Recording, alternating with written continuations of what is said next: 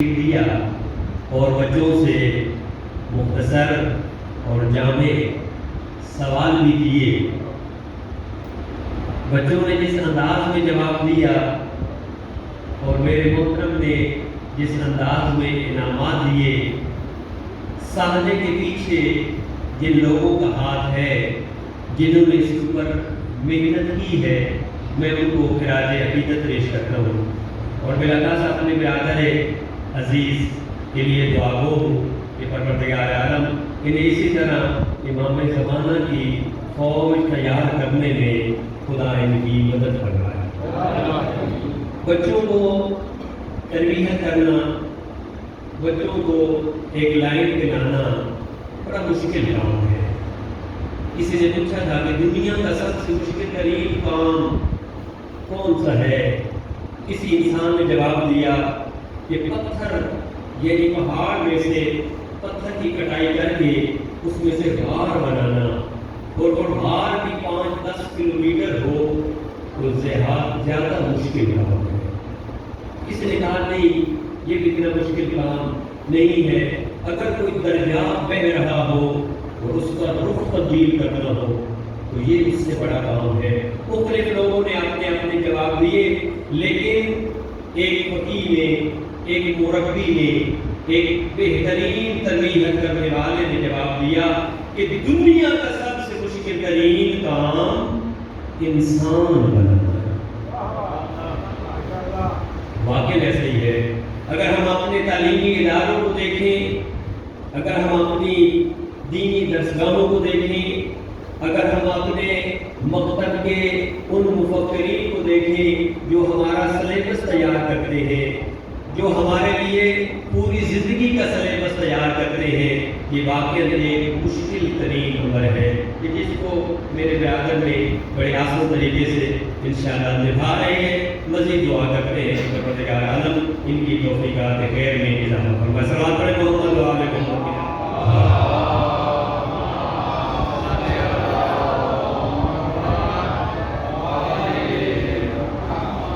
ذات پروردگار نے انسانوں کی ہدایت کے لیے، انسانوں کی رہنمائی کے لیے، انسان کو نجات دینے کے لیے اس نے اس دنیا کے اندر جو معلم، جو ٹیچر، جو استاد بنا کے بھیجے، انہیں ہم اپنی زبان میں یا خدا کی زبان میں نبی، امام، رسول کہتے ہیں۔ اور یہ پروردگار عالم کے جو ہادی، یہ جو راہبر بھیجے ہیں، یہ سب کے سب معصوم ہیں، کوئی بھی ان میں سے غیر معصوم نہیں ہے۔ یہ جو ذات نے ہادی بھیجا، پہلا ہادی ابو البشر ہے، اس نے پہلے ہادی کو بھیجا، بعد میں بشر کو بھیجا، پہلے استاد کو بھیجا، بعد میں شاگرد کو بھیجا، پہلے اپنے نمائندے کو بھیجا، پہلے خلیفۃ اللہ کو بھیجا، بعد میں لوگوں کو بھیجا۔ اور کیوں بھیجا؟ اس لیے بھیجا کہ کوئی انسان اگر یہ اعتراض کرے کہ جب میری آنکھ کھلی، جب میں اس دنیا پہ آیا تو میرے لیے کوئی ہادی نہ تھا، ذات پروردگار کو یہ کبھی بھی جو ہے وہ یہ گوارا نہ رہا کہ وہ ایک انسان بھی بغیر ہدایت کے رہے، لہذا اس نے ہدایت کے سلسلے کے لیے اس نے ہادی کو پہلے بھیجا، مردوں کو بعد میں بھیجا، لوگوں کو بعد میں بھیجا۔ اور اگر کوئی یہ اعتراض کرنا چاہے، اگر کوئی یہ کہہ دے کہ جب قیامت کا سورج طلوع ہوگا تو اس وقت آنے والا دنیا میں کوئی شخص، آنے والا وہ بچہ یہ کہہ اٹھے کہ پالے والے پروردگارا میری آنکھ آج کھل رہی ہے، میرا ہادی کہاں ہے؟ تو ذات پروردگار نے غیبت کے پردے میں اپنے ہادی کو چھپا کے رکھا ہے۔ یہ اہتمام ہے کہ اگر پہلا انسان بغیر ہدایت کے نہیں تو آخری انسان بھی بغیر ہدایت کے نہ رہے۔ اور اس نے ہادی جو راہبر بنائے وہ ایسے سچے ہادی بنائے، ایسے بہترین ہادی بنائے کہ ان کے پیچھے چلنے والا یقیناً ہدایت پا جائے گا۔ اس لیے کہ اگر کوئی نابینا سڑک پار کرنا چاہے تو اسے آنکھوں والا ہی سڑک پار کروا سکتا ہے، اور اگر بغیر آنکھوں والا کسی کو سڑک پار کرانا چاہے تو یقیناً نتیجہ جو ہے وہ الٹ نکلے گا، ایکسیڈنٹ ہو جائے گا۔ لہذا اس نے ہاتھی بھی ایسے بھیجے کہ جو ہر رستے سے واقف ہے۔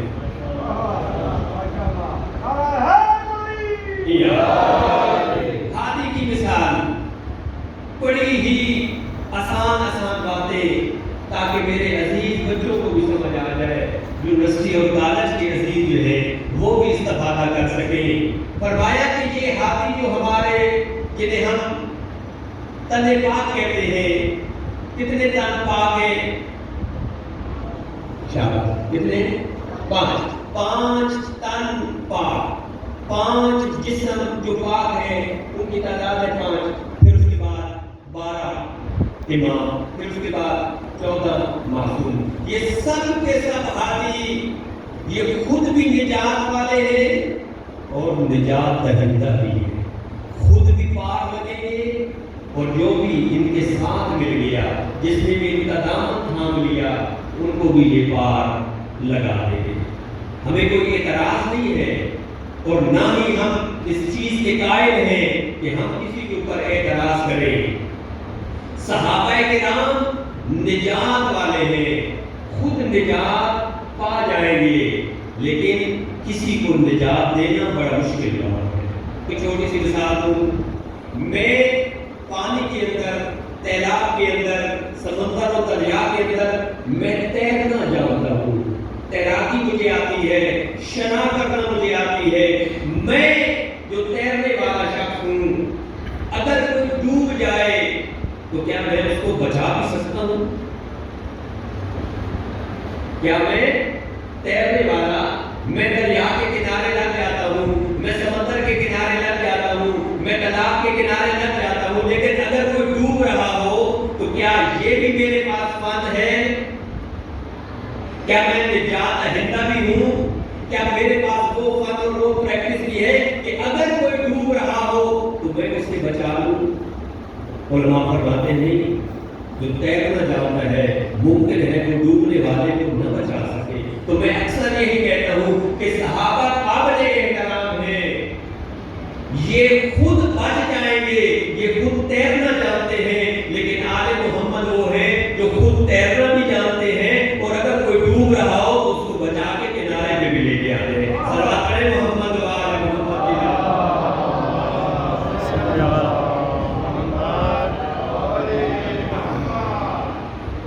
کہ اس نے معصوم ہاتھی بھیجے، وجہ کیا ہے؟ اس لیے کہ وہ ذات چاہتی ہے کہ کوئی بھی انسان میرے ہاتھی کے اوپر انگلی نہ اٹھائے، میرے ہاتھی کے بارے میں کوئی یہ اعتراض نہ کرے کہ یہ تو رستوں کا واقف نہیں، یہ تو گناہوں کی وادی میں۔ ایسا ہرگز نہیں، بلکہ خدا اپنے متعال نے ہمیں وہ ہاتھی عطا فرمائے کہ جن کے اوپر ہم فخر کرتے ہوئے نظر آتے ہیں، اس لیے کہ جہنم کے ایندھن سے، جہنم کی آگ سے بچانا یہ معصومین کا کام ہے۔ صلوات علی محمد و آل محمد کی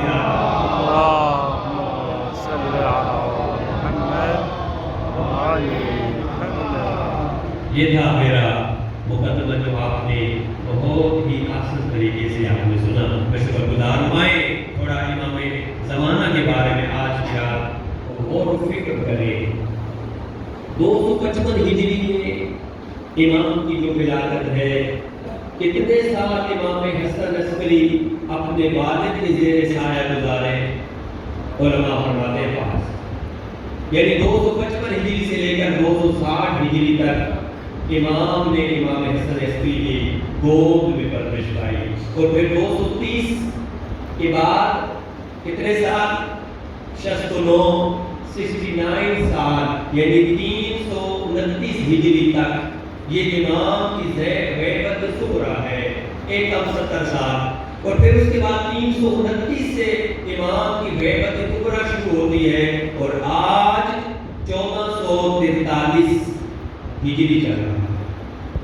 آپ جانتے ہیں کہ یقیناً سال کافی سارے ہوتے ہیں. ایک ہوتا ہے قمری سال, ایک ہوتا ہے شمسی سال, اور ایک ہوتا ہے پنجابی کا سال, اور ایک ہوتا ہے کون سا؟ چلے میں تھوڑی سی بتا رہا ہوں. جو قمری سال ہوتا ہے وہ محرم سے شروع ہوتا ہے. محرم 17 ربیع الاول ربیع ثانی, اس کو کہتے ہیں قمری سال. اسی کو ہجری بھی کہتے ہیں جب اللہ کے نبی نے ہجرت کی. دوسرا ہوتا ہے میلادی سال, جسے عیسوی سال بھی کہتے ہیں, جس کا پہلا مہینہ ہے جنوری, فروری, مارچ, اپریل, مئی, جون. اور ایک ہوتا ہے شمسی سال. یہ نیاز لیتے بھی نہیں اور توجہ بھی نہیں کر رہے. میرا حصہ بھی رکھا ہے. صلوات پڑھے محمد و آل محمد کی ذات. اللہم صلی اللہ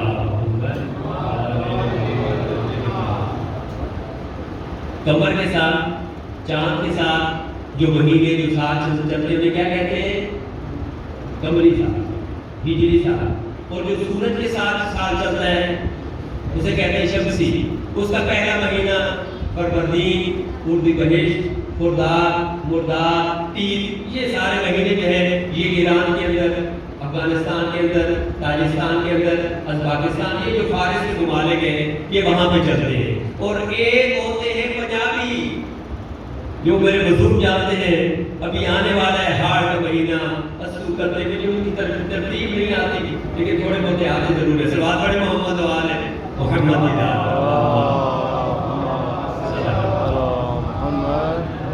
تو جو ہجری سال ہے اس کا اب 1443 سال چل رہا ہے.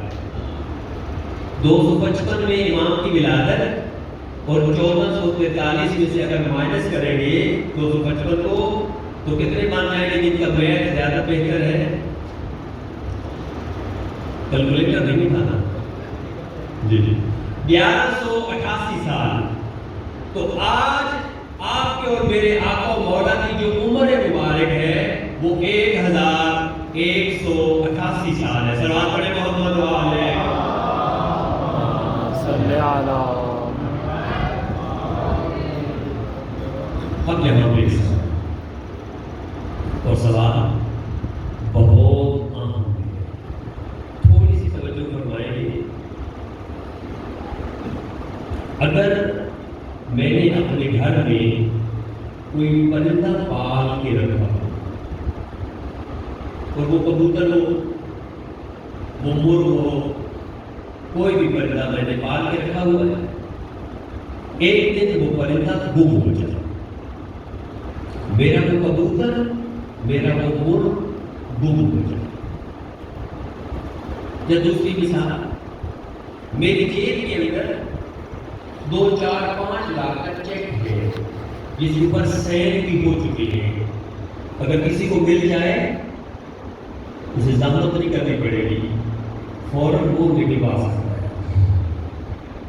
اگر یہ میرا مرغ گم ہو جائے, اگر یہ میرا چیک گم ہو جائے, میں کتنا پریشان ہوں. ایک اور مثال, میرے 5-10 سال کا بیٹا ہے, بیٹی ہے, وہ ہر روز اسکول جاتی ہے یا جاتا ہے. صبح 8 بجے اسکول جاتا ہے, 2-3 بجے وہ واپس آتا ہے. اللہ نہ کرے ایک دن وہی میرے جگر کا پارا, ایک دن وہی میرے جگر کا ٹکڑا وہ سکول سے واپس نہ آئے. 3 مثالیں دی میں نے سمجھانے کے لیے. میرا چیک گم ہو جائے, میرا مرغ گم ہو جائے, میرا بچہ گم ہو جائے, میں کرتا کیا ہوں؟ نتیجہ کیا ہے؟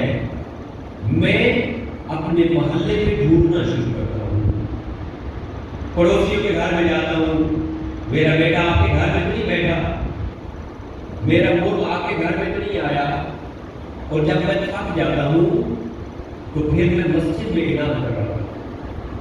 کسی نے میرے بیٹے کو دیکھا ہو, میرے بیٹے نے فلاں رنگ کے کپڑے پہنے ہوئے تھے, سکول میں فون کروں, دوستوں کو فون کروں, تڑپ تڑپ کے میری جان نکل جاتی ہے. اور اگر وہ 2-4 گھنٹوں کے بعد مل جائے تو پھر میری حالت کیا ہوتی ہے, میری خوشی کا عالم کیا ہوتا ہے. اتنا زیادہ میں خوش ہوتا ہوں وہ میں بیان نہیں کر سکتا. سوال یہ ہے کہ امام کی عمر 1188 سال. ہمارا زمانے کا امام 1188 سال سے گم ہے مومنین، ہے برادران. سوال یہ ہے کہ جس طرح ہم ایک ملک کو ڈھونڈنے کے لیے، ہم اپنے بیٹے اور بیٹی کو ڈھونڈنے کے لیے جتنی ہم کوشش کرتے ہیں، جتنا ہمارا جگر جلتا ہے، کیا امام کی معرفت حاصل کرنے کے لیے، کیا اپنے زمانے کے امام کو ڈھونڈنے کے لیے کیا ہم نے کوئی کوشش کی ہے؟ کیا ہم نے کوئی اپنے زمانے کے امام کے لیے اس کی معرفت کو حاصل کرنے کے لیے آیا ہم نے کوئی فلانے کوئی پروگرام کیا ہے؟ ہم نے کوئی کتابوں کا مطالعہ کیا ہے؟ ہم نے کوئی علماء کرام سے اپنے زمانے کے امام کے لیے کیا کوئی معلومات لی ہے؟ نہیں. تو نتیجہ تو صاف ہے کہ ہم اپنے بیٹے کو زیادہ اہمیت دیتے ہیں اپنے زمانے کے امام سے. ہم ایک ملک کو زیادہ اہمیت دیتے ہیں، ہم ایک 5 لاکھ کے چیک کو زیادہ اہمیت دیتے ہیں. پورا دن ہمارا صرف ہو جاتا ہے، لیکن 1000 سال سے زیادہ میرا مولا آقا پردہ غیب میں بیٹھ کر یہی کہہ رہا ہے، میرے ظہور کے لیے دعا کرنے والوں، تم دعا تو کر رہے ہو لیکن تمہاری تیاری نہیں ہے. آئیں ذرا اپنا محاسبہ تو کریں، ذرا آئیں ہم دیکھیں تو صحیح. ہم جو دعائیں امام زمانہ پڑھتے ہیں، ہم جو روز جمعہ آج بھی ہم نے دعائیں مطلبہ پڑھی، تو کیا امام کے ظہور کے لیے ہم نے کوئی راہیں بھی ہم پار کی ہیں یا نہیں؟ 2 مثالیں. امام کا ظہور ہوگا، ایک انقلاب صغریٰ ہے اور ایک انقلاب کبریٰ ہے. انقلاب صغریٰ کی جھلکیاں ہمیں پوری دنیا کے اندر، کبھی ایران کے اندر، کبھی لبنان کے اندر، کبھی چیچنیا کے اندر، کبھی پاکستان کے مختلف خطوں کے اندر ہمیں یہ مل جائیں گی، لیکن یہ غیر مگر انقلاب کبریٰ اس وقت ہوگا جب میرے آقا مولا کا ظہور ہوگا. تو کیا امام کو فوج کی ضرورت ہے یا صرف نعروں کی ضرورت ہے؟ یقیناً آپ کہیں گے امام کو فوج کی ضرورت ہے. میری باتیں مشکل تو نہیں ہے. امام زمانہ کو فوج کی ضرورت ہے. اسے ہر طرح کا فوجی چاہیے. جہاں پر اسے ایک عالم دین باعمل چاہیے، وہاں پر اسے جھاکر بھی چاہیے. جہاں پر اسے ایک ڈرائیور کی ضرورت ہے، وہاں پر ایک درزی کی بھی ضرورت ہے. وہیں پر ایک فوجی کی بھی ضرورت ہے، ایک دکاندار کی بھی ضرورت ہے، ایک پائلٹ کی بھی ضرورت ہے. ہر شعبے میں امام کو ضرورت ہے. لیکن امام کی ایک خاص فوج بھی ہے جس کی تعداد 313 ہے. کوئی بتائے گا کہ یہ 313 میں خواتین کتنی ہوں گی؟ 313 کے افراد میں سے 55 خواتین ہوں گی جو امام کی سپاہی بنے گی. تو کیا میں نے اپنی بیٹی کو، کیا میں نے اپنی زوجہ کو، کیا میں نے اپنے گھر کے افراد کو امام زمانہ کے بارے میں کچھ بتایا ہے؟ اگر آج امام کا ظہور ہو جائے، امام میرے گھر میں آئیں گے. میں آپ کو مثال نہیں دیتا، میں اپنی مثال دوں. اگر آج امام کا ظہور ہو جائے اور امام میرے دروازے پہ آ کے کہیں کہ میں تمہارے گھر کے اندر چائے پینا چاہتا ہوں، ایک گلاس پانی کا پینا چاہتا ہوں، تو کیا میرے گھر کا وہ گلاس، میرے گھر کا وہ پانی، جس جگہ پہ میرا مہمان ہے، جو اس کی فضا ہے، جو بیٹھنے والے صوفے ہیں، کیا وہ امام کو بٹھانے کے قابل ہے؟ کیا میں ان کے اوپر اپنے زمانے کے امام کو بٹھاؤں گا یا وہ بیٹھیں گے؟ میرے دروازے کے اندر امام قدم رکھیں گے؟ تو میں ایک مشورہ دوں اپنے ان بچوں کو اور اپنے والدین کو، بزرگوں کو، جب روز جمعہ ہو، کیونکہ روز جمعہ امام کا ظہور ہونا ہے، جب روز جمعہ امام کا ظہور ہونا ہے تو جمعے والے دن دو کام کرنے ہیں۔ جو بزرگ بیٹھے ہیں ان کے لیے جب دن کا وقت ہو نہ صبح ناشتہ کرنے لگیں یا دن کا کھانا کھانے لگیں، دسترخوان جب لگ جائے نا تو ایک پلیٹ خالی رکھ دینا۔ بچے پوچھیں گے بابا جی آج ایک پلیٹ ایک اور فرد کے لیے آپ نے اضافی رکھی ہے، یہ کیوں رکھی ہے؟ تو اس وقت میرے گھر کا سربراہ میرا والد وہ بتائے گا بیٹا روز جمعہ ہمارے زمانے کے امام کا ظہور ہونا ہے، میں نے یہ پلیٹ اس لیے رکھی ہے کہ اگر میرے زمانے کا امام ظہور کر جائے تو یہ پلیٹ اس لیے رکھی ہے کہ امام میرے دسترخوان پہ آ کر میرے ساتھ کھانا کھائے۔ لیکن کون یہ کس طریقے سے بچوں کو سمجھایا جائے، کس طرح امام زمانہ کا سپاہی یہ بنایا جائے کہ ان کے دلوں سے ڈراموں، فلمیں، یہ چیزیں ختم ہوں، یہ واٹس ایپ، یہ موویز، یہ یوٹیوب، یہ فیس بک کے اوپر غلط قسم کی چیزیں دیکھنے والا کیا یہ آنکھیں امام زمانہ کو دیکھ پائیں گی؟ جو ہر روز اپنی آنکھوں کو آلودہ کر رہا ہے، جو بازار میں جاتے ہوئے بھی آنکھوں کو آلودہ کرتا ہے اور اس کی خلوت اور جلوت ہر دو لحاظ سے وہ ہر وقت آنکھوں کا گناہ کر رہا ہے اور پھر دعا بھی کر رہے ہیں میرے مولا آقا آ جائیں، میں آپ کو دیکھنا چاہتا ہوں، یہ آنکھیں نہیں دیکھ سکتی۔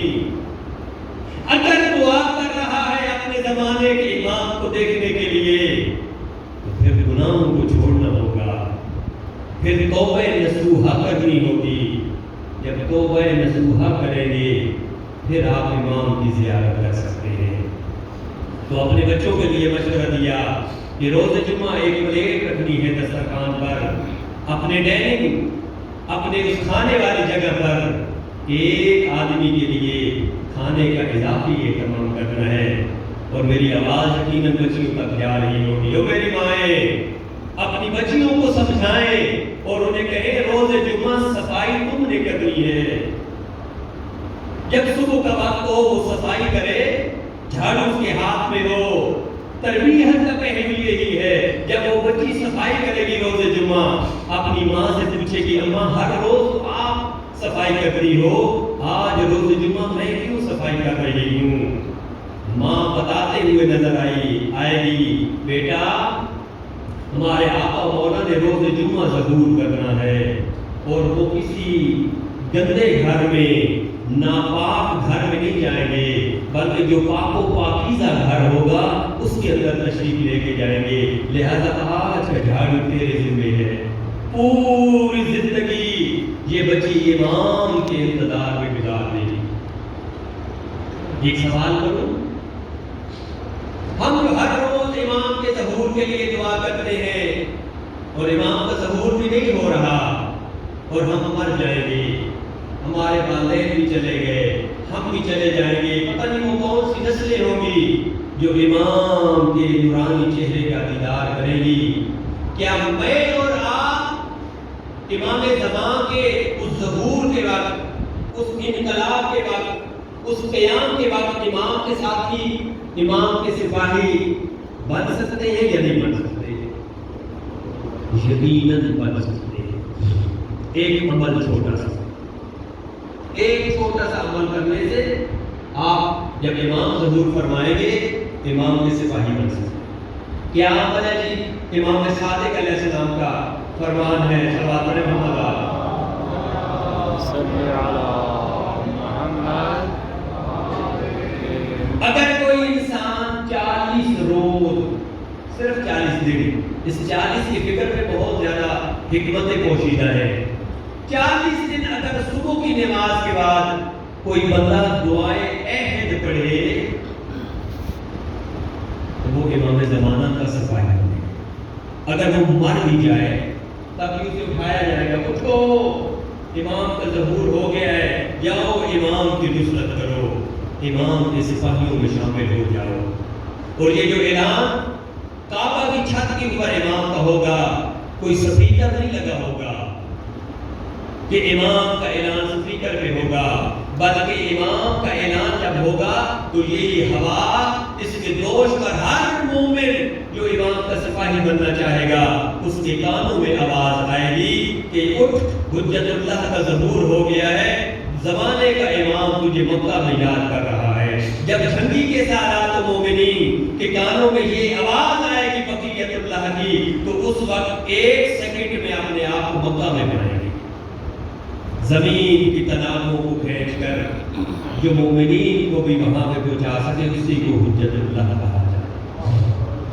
تو اے عزیزو، وقت جو ہے وہ ہمیں اجازت نہیں دیتا کہ ہم زیادہ اس کے اوپر بحث کریں، لیکن تربیت کے حوالے سے اور بھرتی کے حوالے سے، فوج کے حوالے سے ایک جملہ اور بات فرما لیں اور آپ کی زحمت کو تمام کرتا ہوں۔ ہر فوج کے کچھ قوانین ہوتے ہیں۔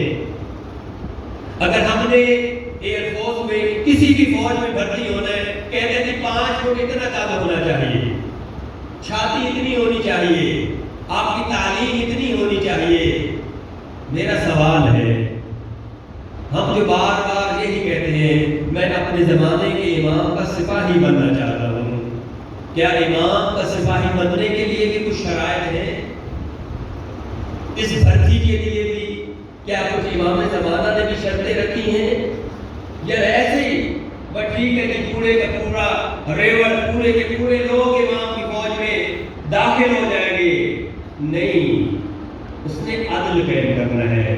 اس کے ہاتھ میں ذوالفقار ہے، اس کے ہاتھ میں محمد کا ترازو ہے، جس نے مدینہ کی ریاست بنائی وہی آ کر اسی مکہ اور مدینہ میں اپنی ریاست کا قیام کرے گا۔ تو جو ڈرپوک ہوگا وہ امام کا سپاہی بن سکتا ہے، جو بزدل ہو وہ امام کا سپاہی بن سکتا ہے، جو جاہل ہو وہ امام کا سپاہی بن سکتا ہے، جو غداری کر رہا ہو اپنے دین کے ساتھ، اپنے بچوں کے ساتھ، اپنے وطن کے ساتھ، کیا وہ امام کا سپاہی بن سکتا ہے؟ جو رشوت لے رہا ہو، جو دھوکے کے ساتھ مال جمع کر رہا ہو، کیا وہ امام زمانہ کا سپاہی بن سکتا ہے؟ کیا بھاگ جانے والے کیا امام زمانہ کے سپاہی بن سکتے ہیں؟ نہیں، کوئی بھی امام زمانہ کا سپاہی نہیں بن سکتا۔ ہم تو حیدر کرار کے ماننے والے ہیں، ہم تو خیبر کو اپنے ہاتھوں سے اکھیڑنے والے ہیں۔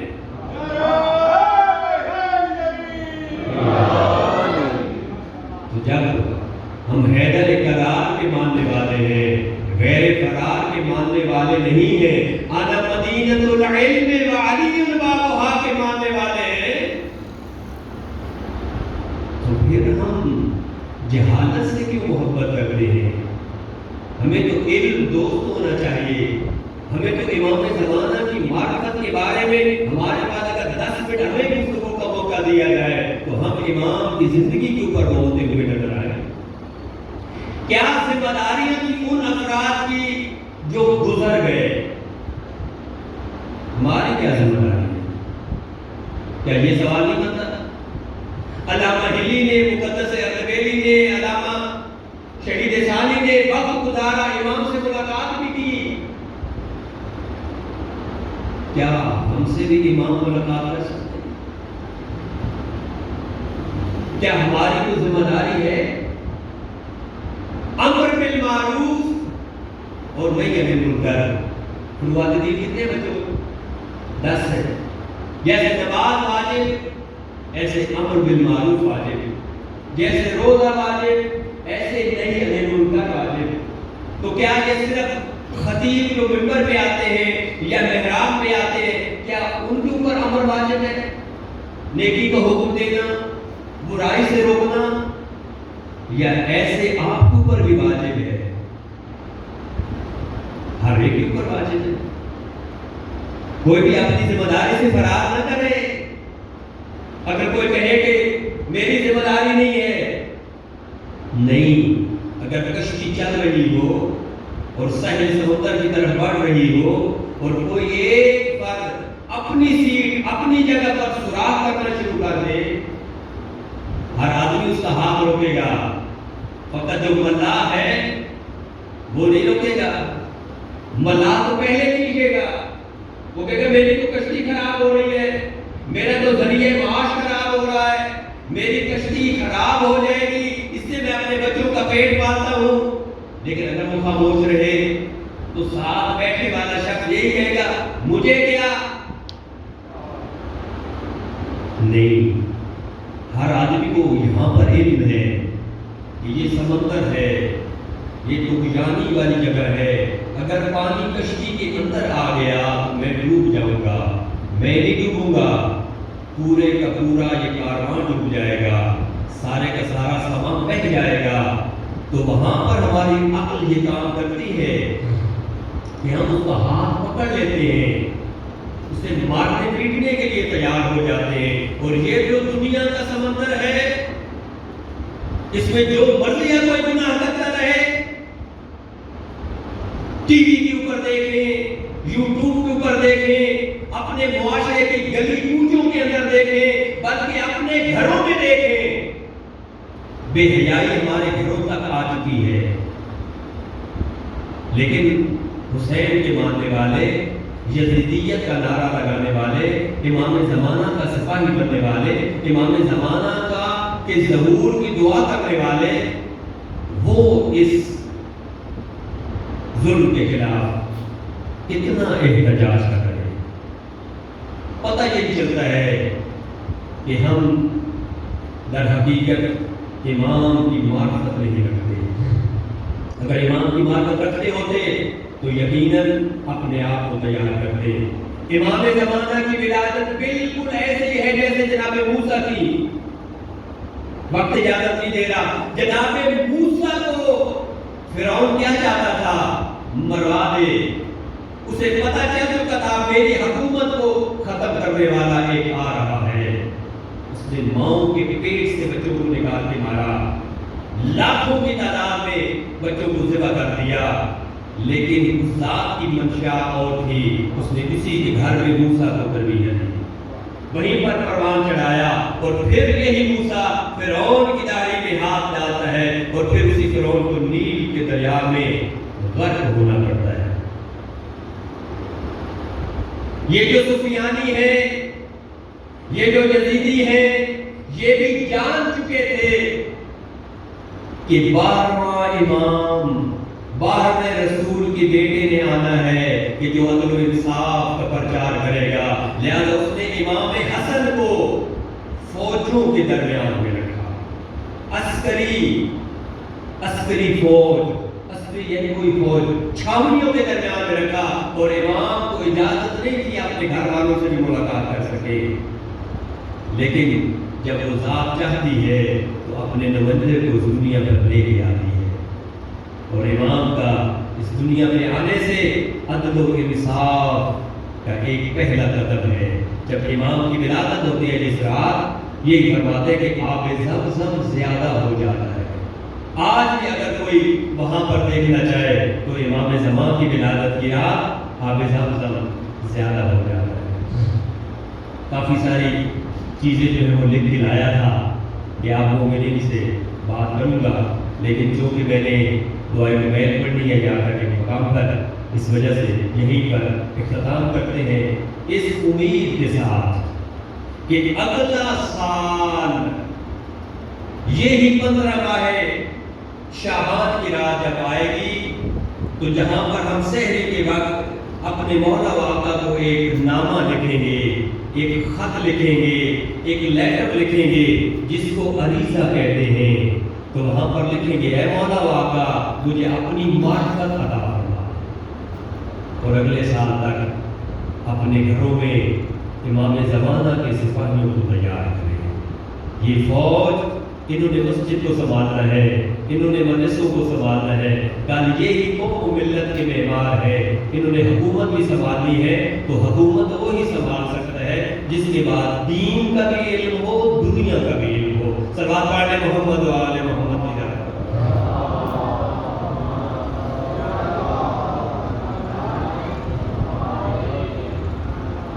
آخری واقعہ اور آپ کی ضمانت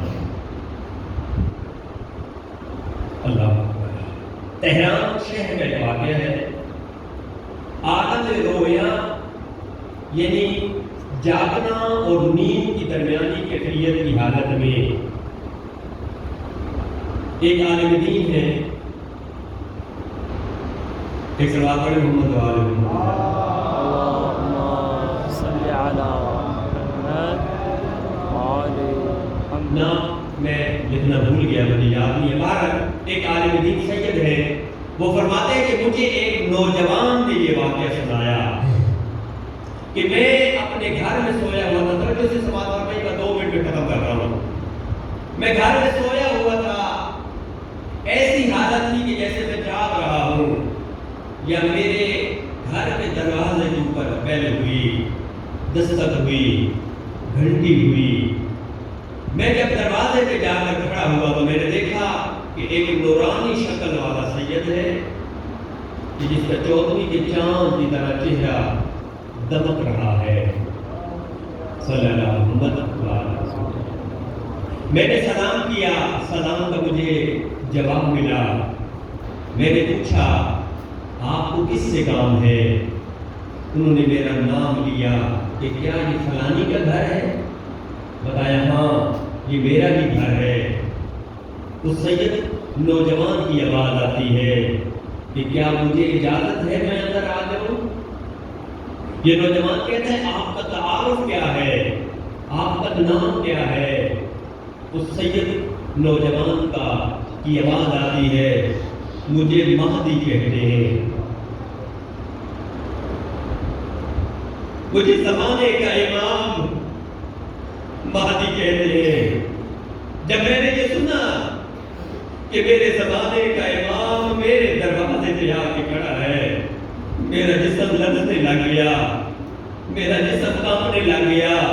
میں نے ہاتھ جوڑے اور میں نے کہا اے میرے زمانے کا امام، مجھے 2 منٹ دے دے، میں آپ کے لیے اندر اپنی جگہ بناؤں۔ میں فوراً اپنے گھر کے اندر گھسا۔ کتنی بھی ناپسند چیزیں تھیں مہدی آخر زمان کی، کوئی فلمیں پڑی تھی، کوئی سیڑیاں پڑی تھی، کوئی غلط تصویریں لگی ہوئی تھی، فوراً ان کو اتارنا شروع کیا اور میں نے ان کو اسٹور میں پھینکا۔ 5 منٹ کے بعد یا 2 منٹ کے بعد میں دروازے پہ آیا کہ میں اپنے زمانے کے امام سے کہوں اے میرے مولا واقع آپ اندر تشریف لے کے آئیں۔ جب میں دروازے پہ پہنچا میں نے کیا دیکھا؟ میرا زمانے کا امام میرے دروازے پہ نہیں ہے، بلکہ گلی کا موڑ مڑ رہے تھے۔ اور میں نے کہا مولا تشریف لے کے آئے۔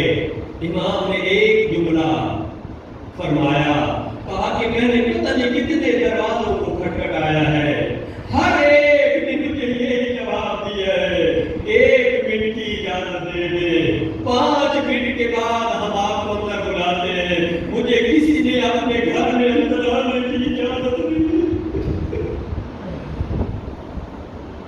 اے مومنین، میں آخری بات یہ کرنا چاہتا ہوں کہ آج روز جمعہ تھا، صبح ہم دعائے جمعہ پڑھتے ہیں اور شام کو دعائے سماعت پڑھتے ہیں کہ ہمارے زمانے کا امام آ جائے۔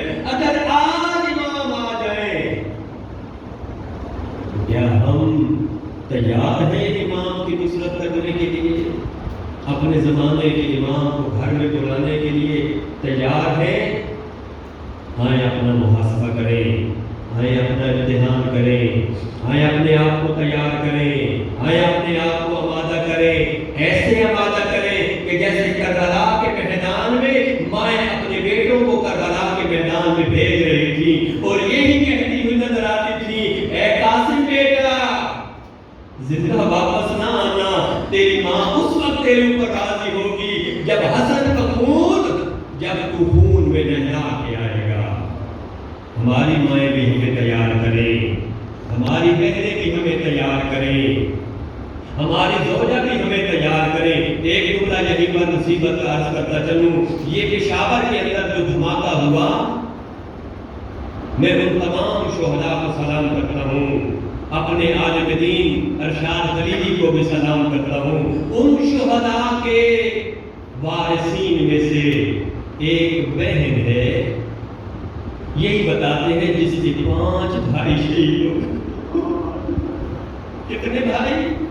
5 بھائیوں کے جنازے ایک بہن نے اٹھائے۔ آئے نا ذرا اس بہن کو سلام کر لیں۔ اے میری بہن، یہ تمام تیرے بزرگ، تیرے بھائی تجھے سلام کر رہے ہیں کہ تو نے اپنے 5 بھائیوں کے جنازے اٹھائے۔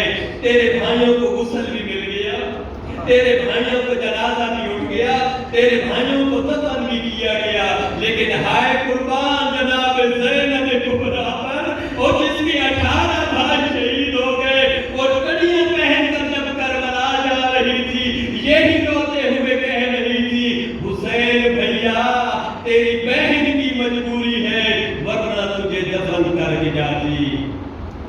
فَسَجَعَلَهُ الَّذِينَ ظَلَمُوا جَمِيعًا كَانُوا إِنَّا لِلَّهِ وَإِنَّا إِلَيْهِ راجعون۔ الہی بارے لا قول والے پروردگار، تو اپنی عزت و ربوبیت، وحدانیت، عظمت و جلالت و کبریائی کا واسطہ